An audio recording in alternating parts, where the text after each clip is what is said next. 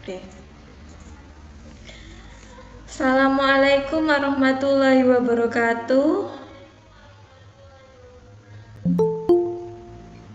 Waalaikumsalam warahmatullahi wabarakatuh. Ya, baik. Terima kasih atas kehadiran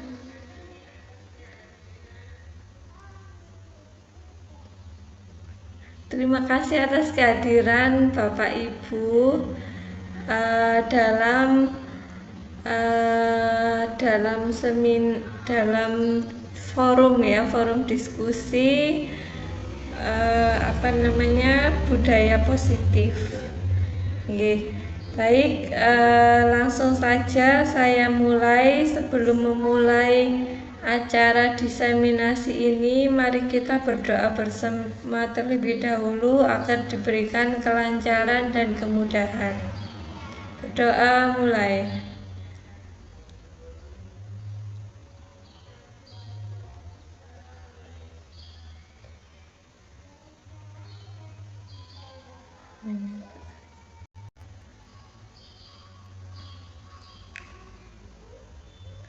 Oke, berdoa selesai. Baik, langsung saja di sini saya mulai untuk diseminasi mengenai budaya positif. Mohon izin saya share screen dulu.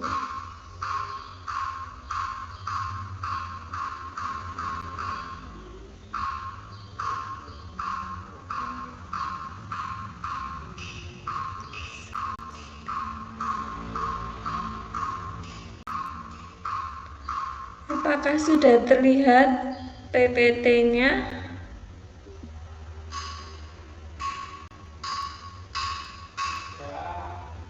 Ini sudah. Sudah ya. Ya, baik. Di sini sebelum saya memulai mengenai diseminasi ini, jadi di sini saya akan menjelaskan tentang budaya positif. Di sini nanti akan ada beberapa hal yang akan saya bahas. Nah, untuk memulai saya beri pertanyaan dulu ya. Yang pertama, apakah hukuman dapat mendisiplinkan anak? Dan yang kedua, apakah pemberian hukuman dengan hal positif seperti membaca atau membersihkan halaman sekolah dapat meningkatkan disiplin anak? Dan yang ketiga, apakah pemberian penghargaan atau reward dapat meningkatkan motivasi belajar anak? Mungkin ada teman-teman yang mau menjawab salah satu, salah dua, atau semuanya. Monggo. Siapa? Bu Ika, gimana Bu Ika? Ya, gimana Bu? Apakah hukuman itu bisa mendisiplinkan anak?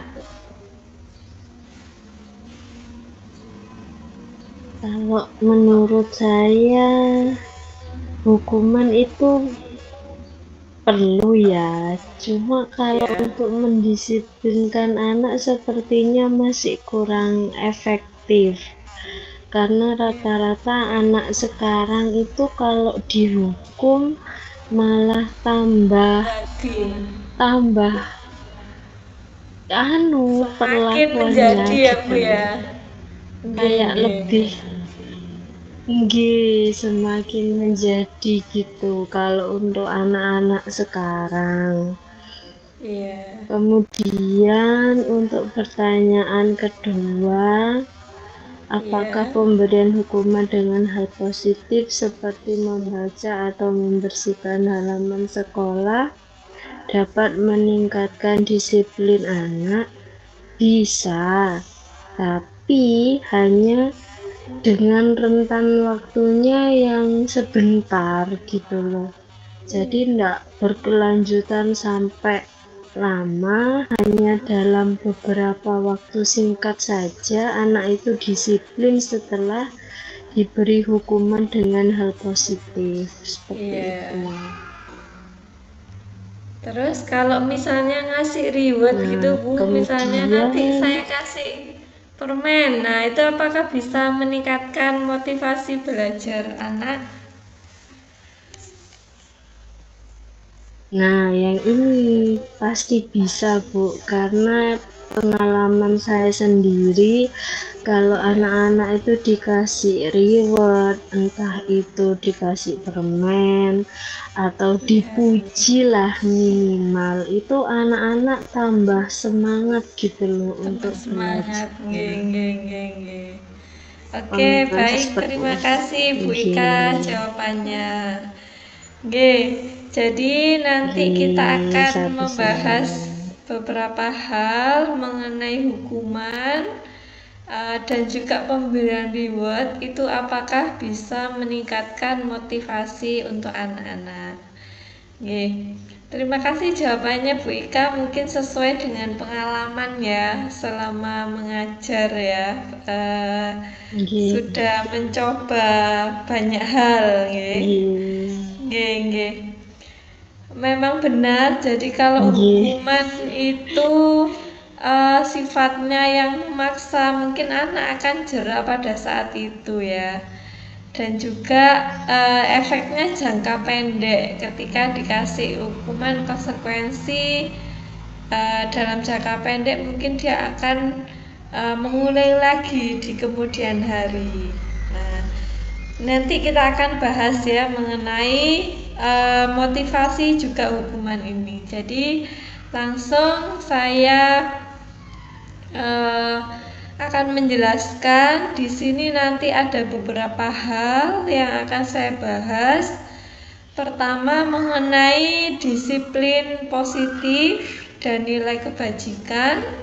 Kemudian teori motivasi, hukuman, restitusi, serta penghargaan, itu nanti efeknya bagaimana.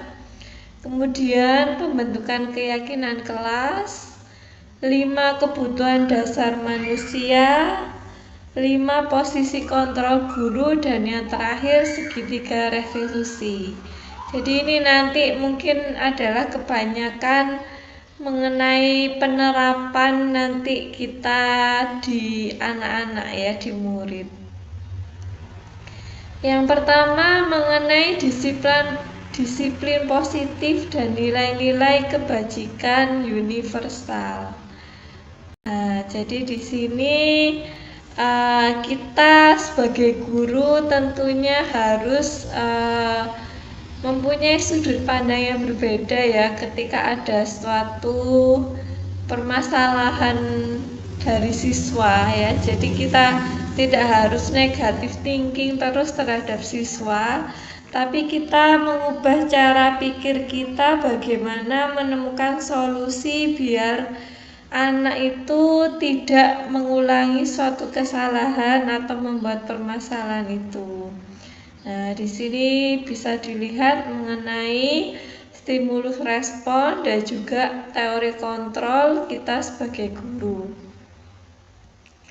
Kemudian nyambung ke yang tadi ya mengenai disiplin positif. Nah, disiplin sendiri di sini adalah artinya belajar ya.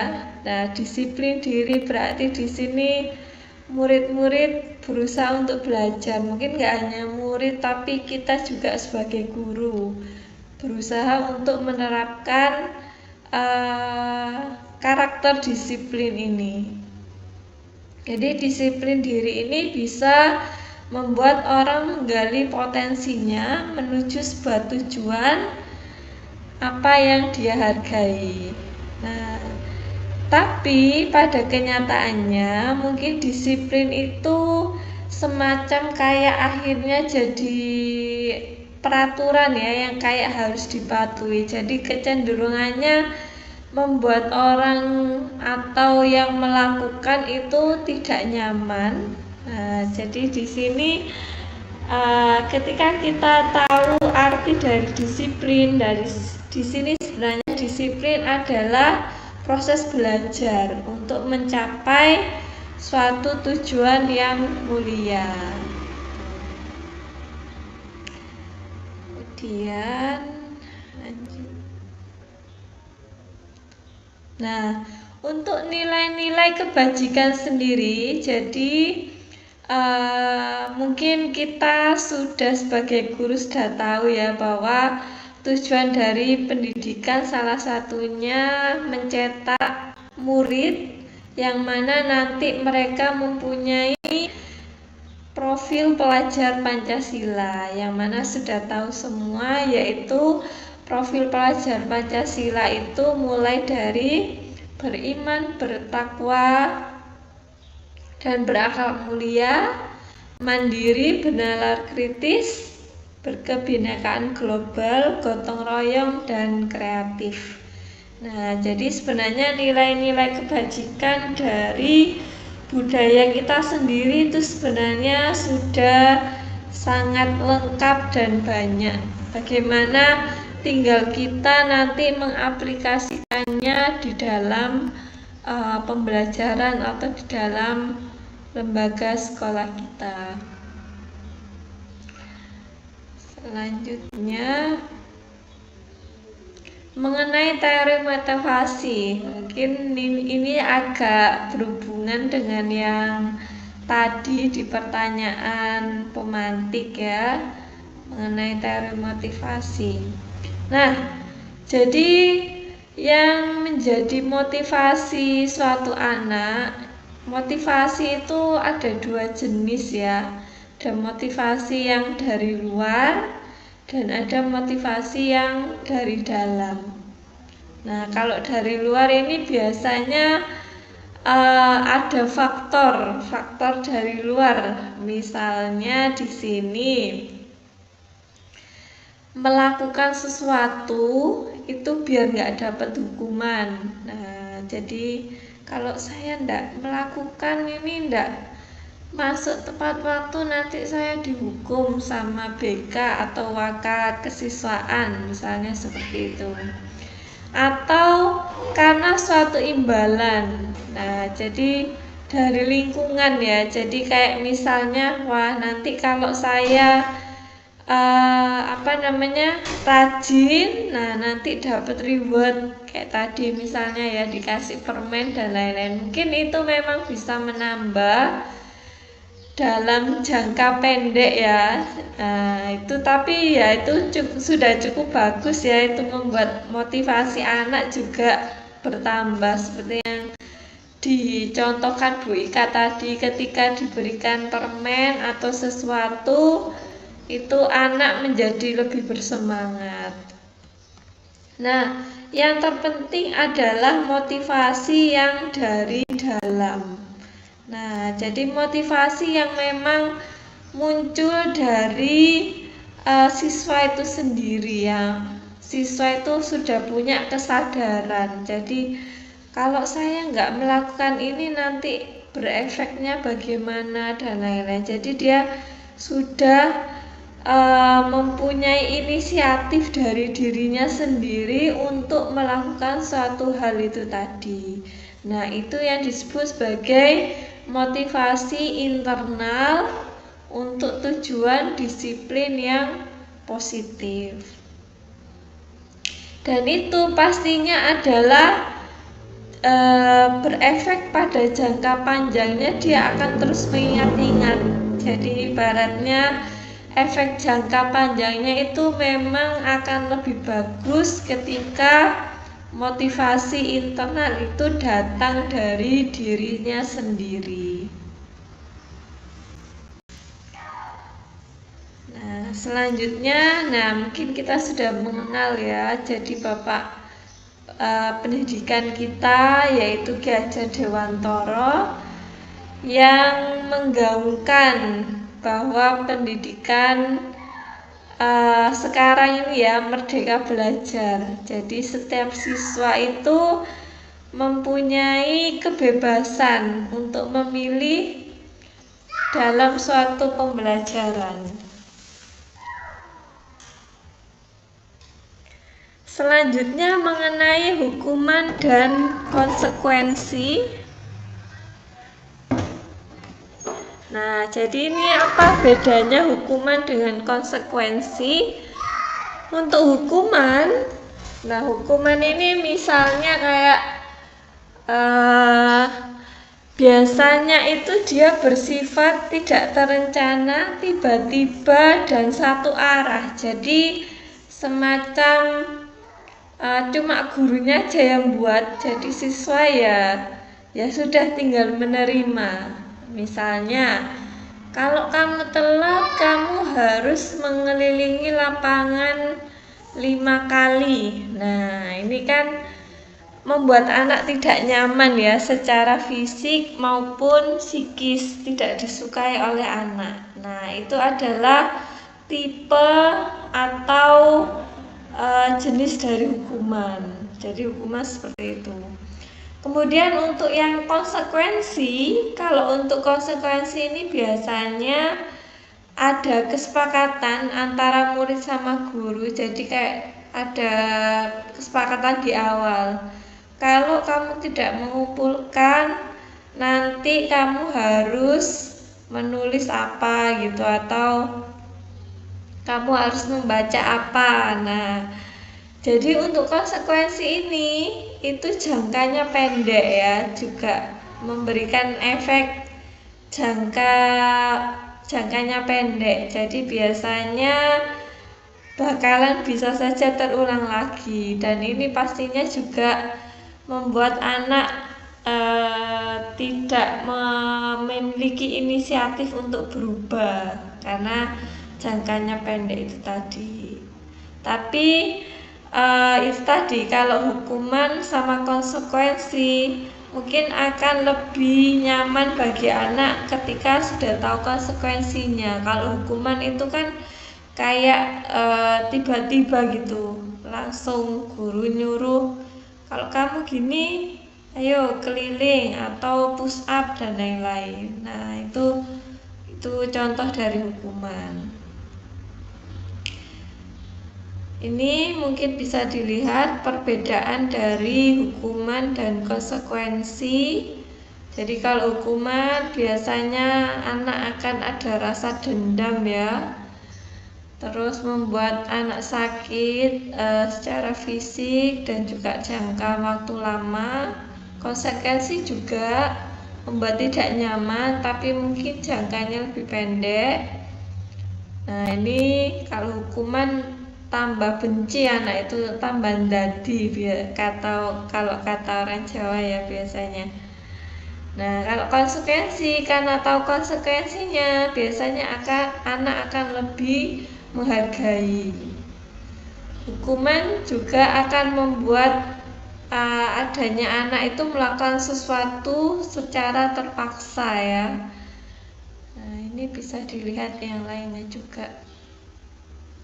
Nah, ini yang mungkin juga penting ya. Jadi ketika hukuman itu juga akan membuat anak menjadi merasa bersalah, merasa dipermalukan. Kalau misalnya dia itu dimarahinya di depan umum, di depan teman-temannya, mungkin saat itu anak akan jera, tapi di dalam hatinya dia pasti akan menyimpan rasa-rasa yang bermacam-macam. Nah, itu mungkin akan sangat berpengaruh terhadap psikologis anak itu sendiri. Itu mengenai perbedaan hukuman dan konsekuensi. Terus yang selanjutnya mengenai reward atau penghargaan, yang tadi misalnya yang diberikan permen atau sesuatu hal ya, itu yang menambah motivasi anak. Nah, jadi penghargaan ini biasanya memang cara-cara untuk mengontrol perilaku seseorang yang menghancurkan potensi untuk pembelajaran yang sesungguhnya. Menurut Kohn, secara ideal tindakan belajar itu sendiri adalah penghargaan sesungguhnya. Jadi di sini semacam nanti takutnya anak itu melakukan sesuatu karena ada sesuatu hal ya tadi penghargaan, tapi sebenarnya mungkin di awal-awal kita bisa tetap memberikan reward tadi ya, misalnya kayak permen dan lain-lain. Nah, tapi tetap kita juga memberikan memberikan anak-anak pengertian bahwasanya pentingnya apa sih melakukan sesuatu hal itu tadi tanpa harus ada reward misalnya kayak gitu. Mungkin untuk membangun motivasi awal bisa ditambahkan mengenai reward itu tadi. Selanjutnya adalah restitusi. Nah, restitusi ini proses menciptakan kondisi bagi murid untuk memperbaiki kesalahan mereka, sehingga mereka bisa kembali kepada kelompok mereka dengan karakter yang lebih kuat. Nah, dari ketiga contoh tadi mengenai hukuman, terus konsekuensi dan juga penghargaan, restitusi ini adalah dinilai yang paling terbaik untuk kita terapkan ke anak-anak. Jadi di sini anak itu menyadari dengan sendirinya apa kesalahannya, terus kita itu bisa memberikan masukan dan kita bisa berdiskusi dengan anak. Nah, jadi anak bisa menentukan apa yang harus dilakukan setelahnya. Nah, ini yang dimaksud dengan restitusi itu. Nah, bagaimana cara kita sebagai guru melakukan restitusi? Nah, nanti saya ada penjelasan lagi setelah ini. Nah, di sini ada ciri-ciri dari restitusi. Jadi cirinya itu bukan untuk menebus kesalahan, tapi siswa diminta atau diharapkan bisa belajar dari kesalahan, gitu, tidak dipaksa, menuntut mereka untuk memahami dirinya sendiri, kemudian mencari apa sih yang kebutuhan yang belum dia peroleh kayak gitu. Dan di sini fokusnya dalam mencari solusi bersama dengan siswa, mencari solusi yang terbaik kayak gitu. Nanti saya berikan contoh konkret nyatanya. Nah, ini mengenai restitusi tadi. Nah, selanjutnya mengenai keyakinan kelas. Nah, jadi bedanya keyakinan kelas dan peraturan kelas. Nah, jadi mungkin Bapak Ibu guru ketika di awal pembelajaran biasanya membuat peraturan pembelajarannya saat di kelas. Misalnya contohnya tidak boleh tidur saat pembelajaran atau tidak boleh membuang sampah sembarangan. Nah, tujuannya kan pasti untuk membuat lingkungan belajar di kelas itu lebih aman dan nyaman. Nah, jadi di sini tapi apakah peraturan kelas itu nantinya akan membuat kenyamanan di lingkungan kelas? Nah, di sini ada yang lebih dari itu ya, yaitu yang kita kenal sebagai keyakinan kelas. Jadi di keyakinan kelas ini kita mengambil nilai-nilai kebajikan ya, yang tertanam, yang kita inginkan muncul pada anak. Nah, jadi di sini bisa dimunculkan di keyakinan kelas. Jadi keyakinan kelas ini selain menekankan nanti anak-anak untuk mematuhi, tapi juga mencoba biar anak tergerak dan bersemangat ketika menjalankannya. Nah, proses dalam pembuatan keyakinan kelas ini biasanya memang akan dimulai dari peraturan kelas. Seperti di sini saya pernah ya mencoba membuat keyakinan kelas bersama anak-anak. Jadi mekanismenya mungkin Bapak Ibu bisa nanti menerapkan saat di kelas. Itu ketika awal pembelajaran mungkin di tahun ajaran baru gitu ya, berdiskusi dengan anak-anak di kelas itu untuk anak-anak menuliskan peraturan kelas apa yang mereka inginkan. Nah, nanti ditulis di kayak sticky note mungkin ya bisa, atau ditempelkan di papan. Nah, itu sebagai peraturan kelasnya. Nanti sesudah jadi peraturan kelas itu tadi, nah peraturan kelas itu biasanya kan ada kata dilarang, tidak. Jadi itu kan sesuatu pernyataan yang negatif ya kalau ada kata tidak. Nah, jadi di sini ketika membuat suatu keyakinan itu kalimat perintah yang mengandung unsur negatif itu diubah menjadi kalimat positif. Misalnya, dilarang membuang tidak boleh membuang sampah sembarangan. Kita ubah menjadi tidaknya diganti. Menjaga kebersihan kelas. Misalnya seperti itu pengubahan kalimat positifnya.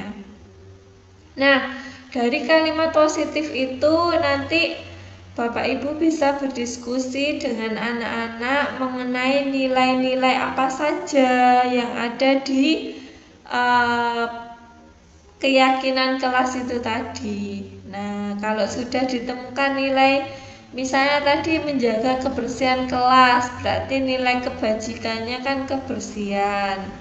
Atau tidak dilarang gaduh di kelas, atau kita ubah jadi kalimat positif menjaga ketertiban kelas. Nah, berarti di sini kan nilai kebajikannya adalah ketertiban misalnya gitu, atau banyak hal yang lain. Dari situ tadi ketika sudah muncul nilai kebajikan, maka Bapak Ibu bisa menuliskan kembali keyakinan kelas dengan kata-kata yang sudah diubah menjadi kalimat positif. Kemudian anak-anak disuruh untuk mengamati, memahami. Kalau semuanya sudah sepakat, berarti itu menjadi kesepakatan kelas itu tadi, keyakinan kelasnya. Jadi anak-anak insya Allah akan berusaha untuk menjalani keyakinan kelas itu tadi. Meskipun di nantinya bakal ada yang 1, 2, 3 yang mungkin berbeda atau membelok. Nah, mungkin nanti jenengan bisa menerapkan restitusi tadi. Itu mengenai keyakinan kelas. Jadi dari keyakinan kelas itu tadi akan membuat lingkungan positif dalam pembelajaran, terutama di kelas. Kalau itu dilakukan dalam lingkup yang lebih besar, tentunya pasti akan menjadi budaya yang lebih positif di sekolah itu tadi. Semoga kita bisa menerapkan itu di kelas kita nantinya, di tempat kita mengajar. Nah, ini tadi seperti yang saya contohkan ya, keyakinan kelas misalnya seperti ini contohnya, berangkat tepat waktu, membuang sampah di tempatnya, dan lain-lain. Ini bisa diubah-ubah sesuai dengan kebutuhan di kelas Bapak Ibu ajar. Nah, itu tadi mengenai keyakinan kelas. Nah, ini contoh ya, bedanya peraturan kelas dengan keyakinan kelas. Kalau peraturan tadi masih berupa kayak perintah menggunakan konotasi yang negatif biasanya ya, tidak, dilarang, dan lain-lain. Kalau keyakinan kelas sudah lebih ke mengandung nilai-nilai kebajikannya.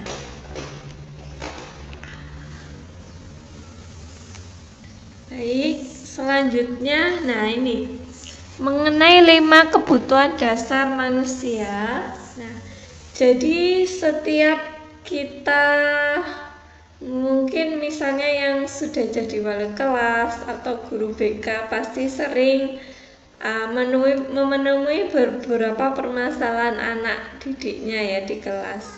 Nah, sebenarnya permasalahan itu adalah bisa jadi ada hal-hal dari anak itu tadi yang masih belum tercukupi, makanya dia melakukan suatu pelanggaran itu tadi. Nah, di sini apa saja sih kebutuhan dasar manusia? Ini mungkin nanti bisa kita terapkan di anak-anak ya. Apa sih yang kurang dari mereka?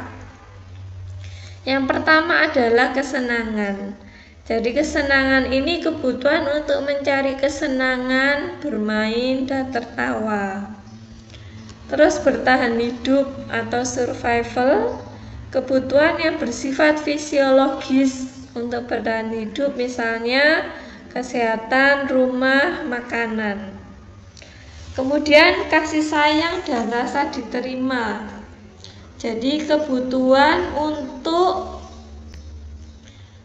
diterima di sini maksudnya hubungan secara sosial ya, memberi dan menerima kasih sayang dan kebutuhan untuk merasa menjadi bagian dari suatu kelompok. Jadi mungkin kalau misalnya Bapak Ibu pernah menjumpai anak ini kok senang ganggu kancane atau misalnya mencari perhatian dan lain-lain. Nah, bisa jadi memang kebutuhan kasih sayangnya dia belum tercukupi, makanya dia mencari dengan cara yang lain, seperti itu.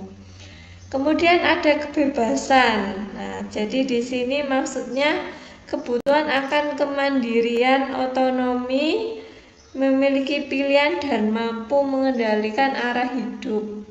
Misalnya dia ini di rumah kurang kebebasan, terlalu dikekang misalnya ya. Nah, akhirnya di sekolah dia ini sering melanggar banyak hal, nggak mau mengikuti perintah peraturannya di sekolah dan lain-lain. Nah, bisa jadi ini karena ada faktor kebutuhan dasar dari anak itu yang belum tercukupi, salah satunya kebebasan itu tadi. Nah, pastinya butuh pendekatan khusus ya kepada anak itu tadi untuk mencari solusi bersama itu tadi.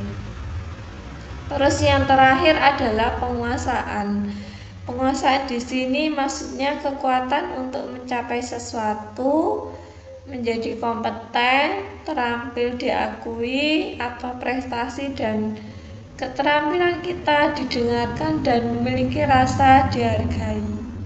Misalnya ada anak itu yang kayak kalau misalnya di kelas itu ketika ada temennya mengutarakan pendapat ya saat diskusi. Nah, dia ini tidak mendengarkan, sibuk sendiri. Nah, itu bisa jadi karena dia ada faktor kurangnya ini tadi ya, dia jarang didengarkan, dia jarang dihargai, sehingga dia akan muncul sifat seperti itu atau dia lakukan ke temennya. Nah, jadi semua hal itu permasalahan pada anak. Nah, itu pasti ada salah satu dari ini yang hilang dari anak atau dia belum tercukupi, sehingga kita sebagai guru pastinya berusaha ya untuk melengkapi ya, sedikit melengkapi kebutuhan dasar dari murid itu tadi. Itu mengenai 5 kebutuhan dasar manusia. Selanjutnya yang keempat ya, yang kelima, 5 posisi kontrol guru. Nah, jadi guru itu bisa berperan sebagai apa saja sih terhadap siswa. Nah, mungkin nanti jenengan bisa merefleksikan sendiri ya, saya sudah berperan sebagai apa ini sebagai guru. Yang pertama adalah sebagai penghukum. Nah, jadi ada macam-macam ya di sini, ada penghukum, pemberi rasa bersalah, sebagai teman, pemantau, dan manajerial. Yang pertama sebagai penghukum dulu. Nah, biasanya guru yang dengan tipe penghukum ini biasanya suka membuat ya kayak ini ya, contoh-contohnya misalnya menghardik, memberikan hukuman. Jadi kalau kamu nggak mengerjakan tugas saya halaman ini, ayo keliling lapangan 1 kali atau membersihkan WC dan lain-lain. Nah, itu salah satu contoh guru yang posisinya sebagai penghukum. Nah, ini pastinya kalau nanti diterapkan ke anak hanya akan memperoleh motivasi secara eksternal dan perilakunya ya pastinya negatif ya. Kemudian yang kedua, pembuat rasa bersalah. Nah, contoh nyatanya kayak gini, misalnya, aduh, saya kecewa dengan kamu kok sudah saya kasih tahu berulang kali kok masih dilakukan. Nah, itu salah satu contoh guru yang membuat rasa bersalah siswa. Di sini juga pastinya akan memberikan motivasinya anak juga akan dari luar aja, tidak muncul dari dalam dirinya sendiri. Perilaku kontrolnya juga pastinya akan dampaknya negatif. Terus yang ketiga sebagai teman. Nah, kalau sebagai teman ini mungkin agak terlalu ini ya, sudah kayak teman sendiri, sudah agak terlalu bebas ya. Nah, anak bisa saja nanti malah akan menyalahgunakan ya, tapi mungkin membuat anak menjadi nyaman. Nah, jadi kayak ini contoh-contohnya ya, contoh penerapannya.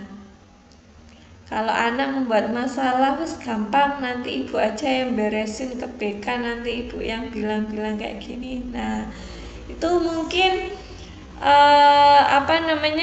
masalah bisa beres. Nah, tapi efek jangka panjangnya membuat anak tidak bisa menyelesaikan permasalahannya sendiri. Selanjutnya adalah pemantau, tipe guru pemantau. Nah, kalau tipe guru pemantau ini lebih ke kayak tadi kita sudah belajar konsekuensi ya. Nah, bilang ke anak, kalau kamu tidak mengerjakan PR, sudah tahu kan konsekuensinya, berarti nanti nilai sikapnya jadi C atau lain-lain. Nah, itu seperti itu yang dimaksud dengan pemantau ya. Ini juga motivasinya membuat motivasi anak secara dari luar saja, anak tidak mempunyai kesadaran dari dalam. Nah, tapi dari perilaku ya, mungkin anak ini ya lebih tahu konsekuensinya, akhirnya jadi dia lebih menghargai untuk melakukan kewajiban itu tadi. Nah, yang terakhir ini adalah guru tipe manajerial. Nah, tipe manajerial ini adalah guru-guru yang berusaha untuk mencari solusi bersama dengan murid-muridnya. Misalnya, ketika anak membuat suatu kesalahan, anak itu akan berusaha dipahami, ditanyai, kenapa kamu kok melakukan hal kayak gini, ditanya perasaannya juga. Berarti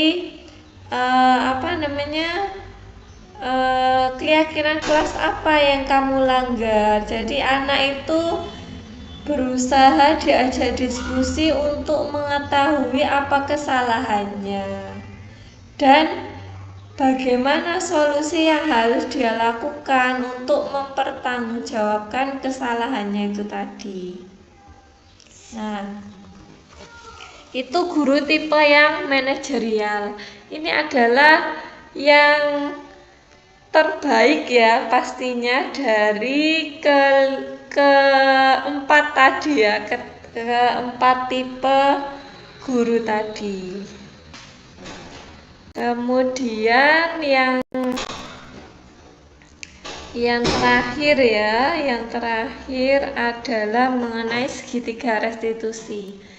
Maksudnya segitiga restitusi ini adalah proses bagaimana kita sebagai guru yang tipe manajerial tadi untuk menyelesaikan suatu permasalahan siswa. Jadi ada 3 tahapan. Yang pertama adalah menstabilkan identitas, yang kedua validasi tindakan, dan yang ketiga menyatakan keyakinan. Contohnya kayak gini langsung ya, misalnya ada anak yang terlambat saat pembelajaran. Nah, langkah pertama adalah menstabilkan identitas. Jadi kita tanyai bagaimana kok dia bisa telat dan lain-lain. Kemudian kita validasi tindakan yang salah. Jadi kita tanya ke anaknya, berarti kalau telat itu suatu kesalahan atau bukan? Nah, ya misalnya gitu ya.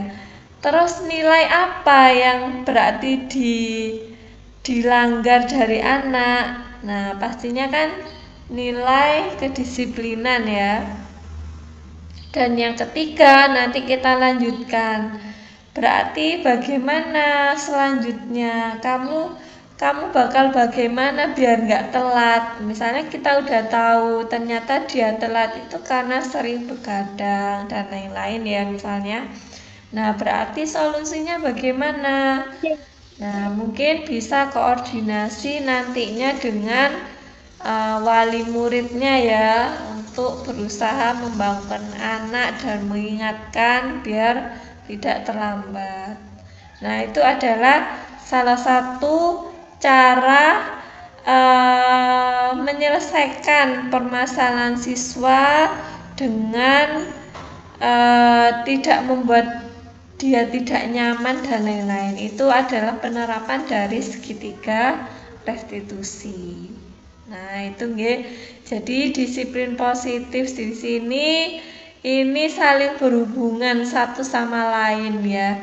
Kalau semuanya terlaksana dengan baik, pastinya akan memberikan budaya yang positif terhadap lingkungan di tempat belajar anak dan lingkupan yang lebih luas mungkin di tingkat sekolah ya. Seperti itu. Mungkin ada yang ditanyakan mengenai permasalahan budaya positif. Nggih. Ada ditanyakan Bapak Ibu?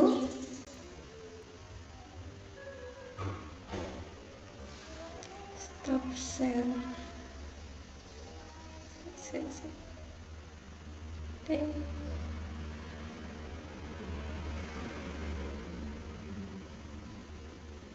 Ya, ada yang tanyakan atau tidak? Oke. Oke. Kalau tidak ada berarti sudah cukup jelas ya.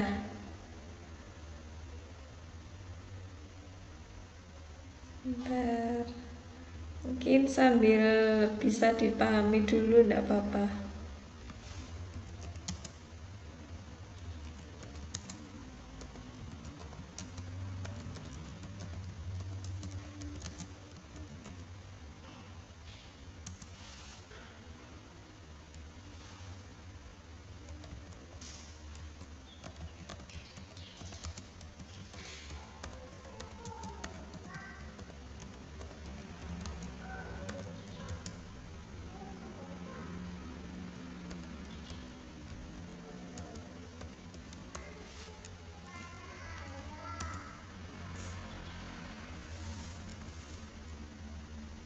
Oke, tidak ada yang ditanyakan.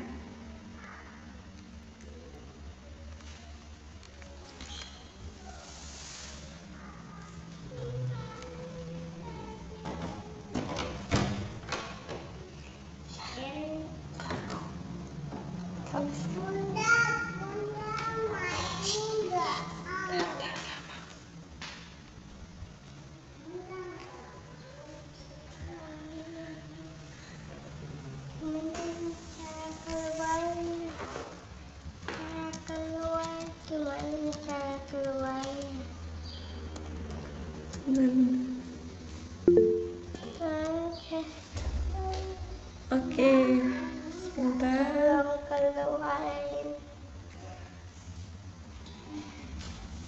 Oke, monggo Bu, ada yang ditanyakan? Ada baca. Ya. Di situ kan dijelaskan tentang penerapan segitiga restitusi ya, Bu? Ya, Restitusi benar. apa? Nah, Segitiga itu restitusi. itu di kehidupan nyata sampai di kegiatan kita mengajar sehari-hari itu gimana penerapannya gitu, penerapan nyatanya itu gimana? Oke, terima kasih. Ya, baik Bu Ika. Jadi saya langsung memberikan contoh nyatanya. Tadi saya tampilkan dulu. Mana tadi ya, segitiga restitusi. Nah, ini. Jadi di sini penerapannya itu ya ini tadi ya, ada 3 tahapan. Jadi contohnya itu misalnya ada anak ya, misalnya dibully sama temennya, nangis, terus laporan ke gurunya. Nah, mungkin kita bisa memanggil si anak yang membuli itu tadi misalnya. Nah, yang pertama langkahnya kita menstabilkan identitas. Jadi kita tanyai mengenai perasaan anak itu tadi. Apa namanya? Kamu kenapa kok sampai membuli dan lain-lain. Nah, jadi kita berusaha memahami psikologis anak itu dulu. Baru kemudian validasi tindakan yang salah. Nah, kira-kira membuli itu salah atau benar? Jadi ibaratnya kita menuntun anak ya untuk mengetahui kesalahannya. Nah, kalau dia udah tahu, oh itu salah, membuli itu kan berarti tidak saling menghormati sesama teman. Nah, kemudian kita tanyakan lagi tahap yang ketiga ya, menyatakan keyakinan. Nah, dari situ berarti apa yang dilanggar? Ya nilai itu tadi. Terus bagaimana kamu mempertanggungjawabkan kesalahan kamu itu tadi? Nah, mungkin selain minta maaf atau ada sesuatu hal apa lagi setelah itu. Nah, nanti anak pasti akan berusaha untuk mencari solusinya itu tadi. Jadi ketika anak sudah menemukan solusinya dan sesuai dengan nilai yang kita inginkan, nah kita bisa menyatakan oh ya ini sudah tepat. Jadi kita juga sebagai ini ya pengawas juga. Nah mungkin seperti itu contoh nyatanya. Jadi kita menerapkan 3 langkah ini dengan semua permasalahan yang dari anak-anak. Begitu nggih, Bu Ika? Nggih, baik. Bu. Nggih, kalau sudah tidak ada lagi yang ditanyakan, mungkin saya tutup nggih diskusi kita hari ini. Semoga apa yang saya sampaikan tadi bisa memberikan tambahan ilmu dan juga bisa Bapak Ibu terapkan nanti di pembelajaran di lembaga kita di sekolah kita nantinya. Baik, kita tutup forum diskusi ini dengan berdoa bersama. Kita baca Al-Fatihah. Al-Fatihah.